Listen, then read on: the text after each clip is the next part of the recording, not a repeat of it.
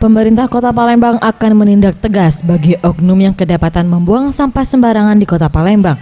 Hal tersebut disampaikan Wakil Wali Kota Palembang Fitrianti Agustinda usai bersilaturahmi bersama Ketua RT dan RW di Kelurahan 24 Ilir Palembang.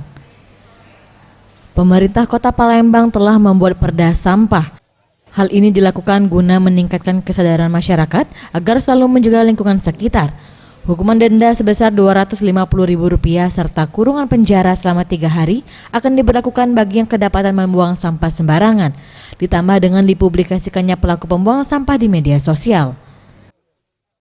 Saya merasa sangat bersyukur sekali hari ini bisa silaturahmi dengan Ketua RT, Ketua RW. Sengaja saya hadirkan mereka di sini. Sengaja silaturahmi ini memang saya adakan di sini. Saya ingin supaya mereka tahu, ya, tidak menutup mata.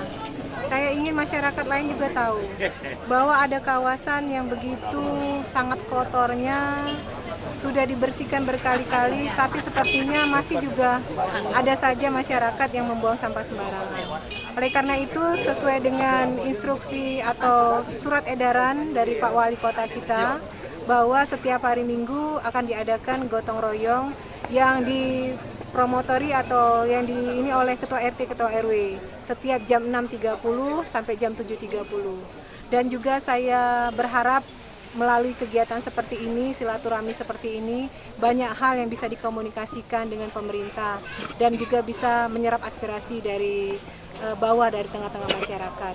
Dan saya juga terus terang sangat berharap dan menitipkan kepada masyarakat khususnya yang tinggal di rumah susun untuk sama-sama menjaga kebersihan, jangan lagi membuang sampah sembarangan, toh yang nanti akan menikmati baunya, kotornya, penyakitnya bukan orang lain, tapi orang-orang atau masyarakat yang tinggal di kawasan rumah susun. Dengan adanya perda sampah ini, setidaknya dapat menyadarkan masyarakat agar selalu menjaga lingkungan, selalu melaksanakan kegiatan gotong royong setiap minggunya. Hal ini sejalan dengan program pemerintah Kota Palembang demi mewujudkan Palembang Emas Darussalam 2023. Tim Liputan Sriwijaya TV.